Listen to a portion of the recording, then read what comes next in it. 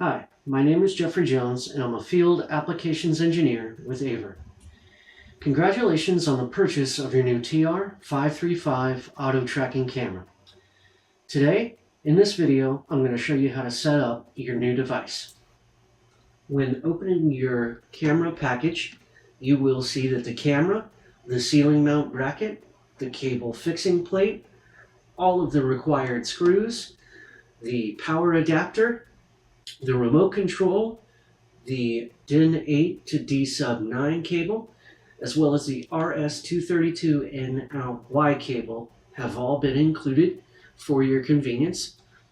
We also have optional accessories of a wall mount as well as our CL01 camera controller. It is important to note here that the camera can also be powered via PoE++ connection.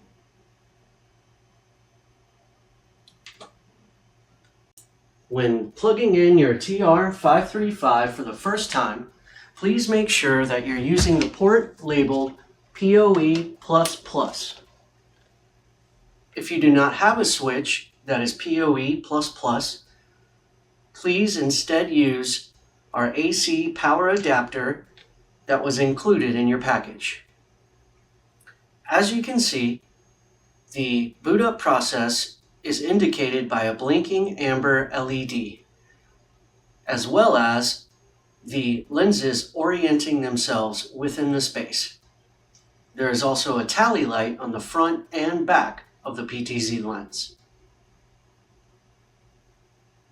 The boot up process can sometimes take up to 1 minute to complete, so please be patient as the camera completes this required process. Next, we are going to take a look at our remote functions. First, we have our power on or enter standby. Next, we have our menu button, which allows us to enter our OSD menu. Then we have our camera selector keys, which are used to indicate which camera we are controlling with this remote. This can be set in our OSD menu under System Camera Selector. Next, we have our numerical pad for recalling presets, our preset button for saving presets, and our reset button for resetting presets. Wide dynamic range. We also have our backlight compensation. Below that, we have our pan, tilt, zoom controls. We have our PT reset button for bringing our PTZ lens back to the center position. Our left-right reset for inverting our pan controls. We also have our zoom slow and zoom fast controls. Right in between, we have our manual focus button, as well as our near and far for controlling that focus. Autofocus is directly below that, along with our pan tilt speed controls with fast and slow, and our freeze button, which allows us to freeze the live view. Just below that, we have our EV plus and minus buttons, which are our exposure values. Lastly, our tracking controls on and off. We can also switch our tracking target. We can also change our framing to upper body, full body, and we can also save a tracking point.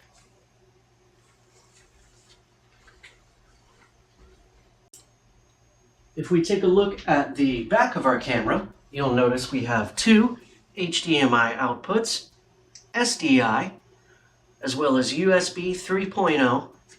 We have our Ethernet port, which is again PoE++, our DC power input. For control, we have our RS232, we have our RS422, and for audio inputs, we have our mic level input and our line level input. In order to access our network functions and features and our web UI, we will access our OSD menu, which can be found over our HDMI connection.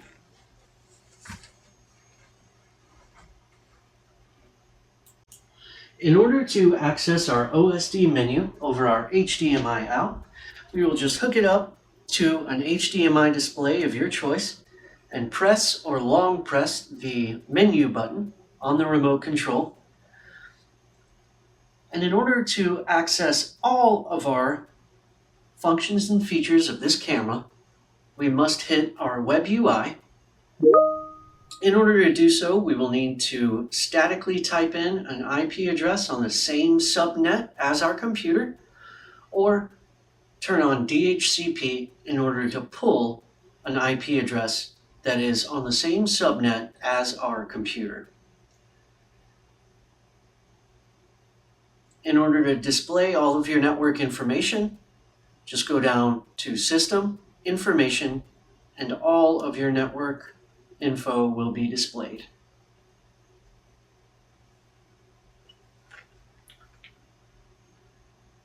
Once you have typed in an IP address that is on the same subnet as your computer, or turned on DHCP, go back to a Chrome browser to access your web UI controls. Since we have networked our camera onto the same subnet as our computer, we will go ahead and type that into our Chrome browser and hit that IP address. Once we do this, we will see the login page. And our first time logging in, our credentials will be admin. From there, it will prompt us to create a unique username and password. You then press login.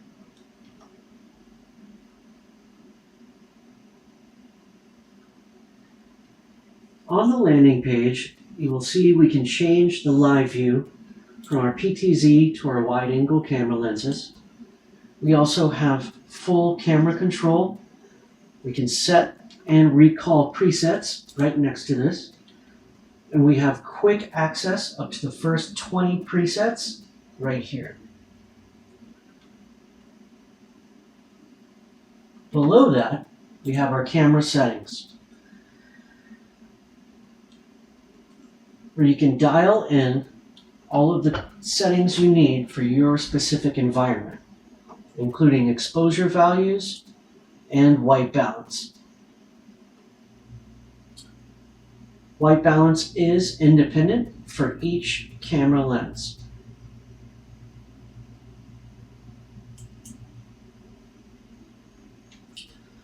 Under video and audio controls, we see settings for output resolution. We see power frequency, our priority mode, our 4K color format. We also have our independent resolution for each HDMI output, as well as independently choosing a source for each HDMI output. We can also choose an independent source for our 3G SDI, as well as our PIP mode can be chosen here. Under theme modes, we do want to choose IP if we are using RTSP in any way, USB if we are using USB in any way, and if we are using Zoom or Teams, we want to choose those respective modes if we're using those respective calling methods. NDI will disable the use of USB, so we want to keep that in mind. That being said, each independent lens has its own independently controlled resolution and frame rate options. Moving right along to network, we can change our IP address statically, or we can turn on DHCP. We can also dial any RTMP or RTSP streams here, as well as turn on our 3D mode used for motion capture.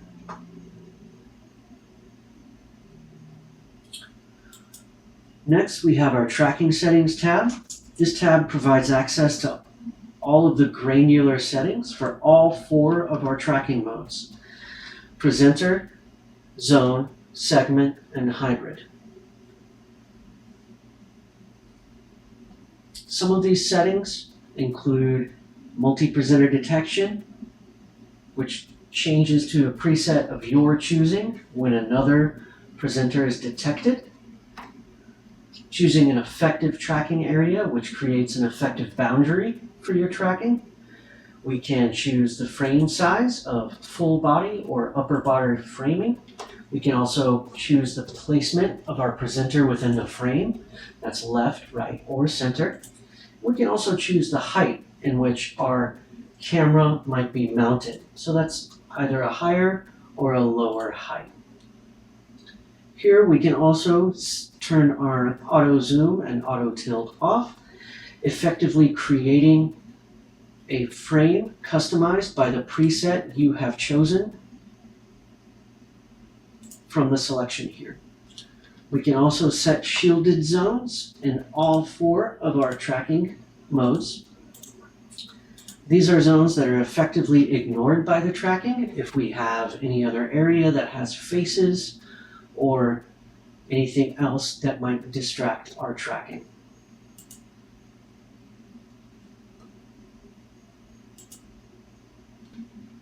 Moving right along to our NDI. Under our NDI tab, you can independently choose the resolution of the video output for each of our PTZ and wide-angle NDI streams. This camera has 2 simultaneous NDI streams, one for the PTZ and one for the wide angle. It's also important to note that there is an option for choosing the PTZ HD stream.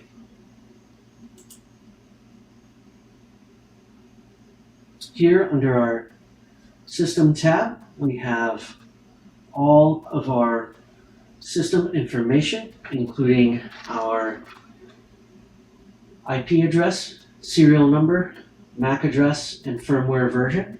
This is where we can update our firmware, which all of our firmware can be found on averusa.com.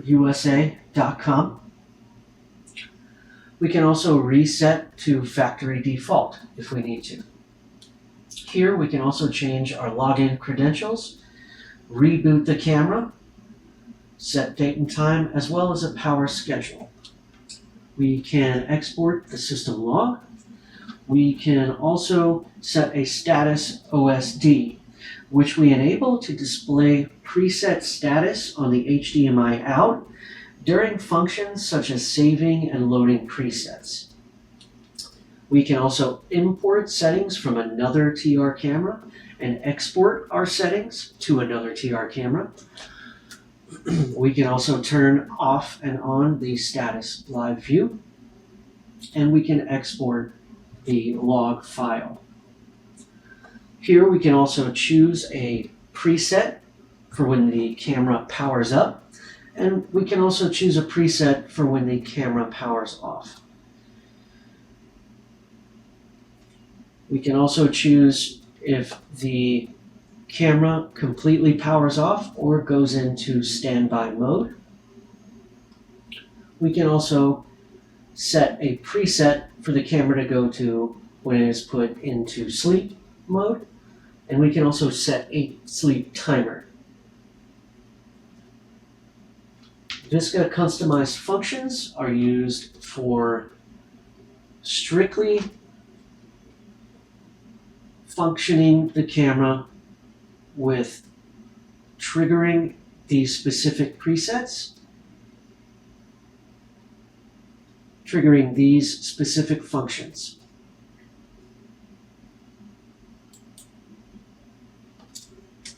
Visca customized functions are normally used if you have problems with our normal Visca over IP commands.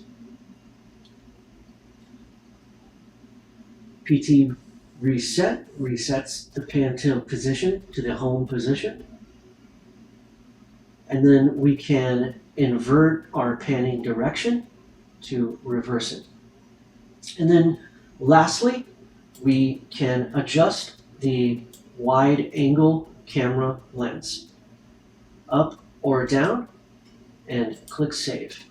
Once that's done, that concludes all of our settings within the System tab.